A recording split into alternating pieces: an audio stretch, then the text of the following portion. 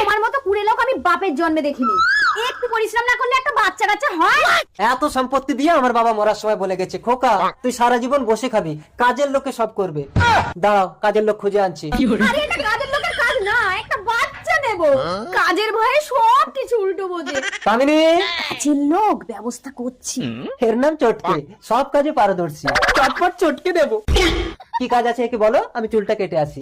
ঠিক আছে, তুমি চুল কেটে আসো, একে আমি কাটিং করছি।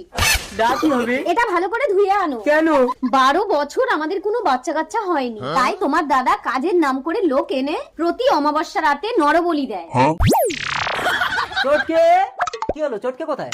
আর বলো না, তোমার চটকেই দাঁটা চেয়েছিল, দিতে একটু দেরি হলো বলে রেগে বেরিয়ে গেল। কি বলছো? চটকে দা দাওনি? তা নিয়ে কি করবে তার ঠিক নেই। দেখি দাদা কোন দিকে গেল। ওইদিকে। চটকে এবার ফটকে যাবে। এই চটকে, এই এদিকে শোন।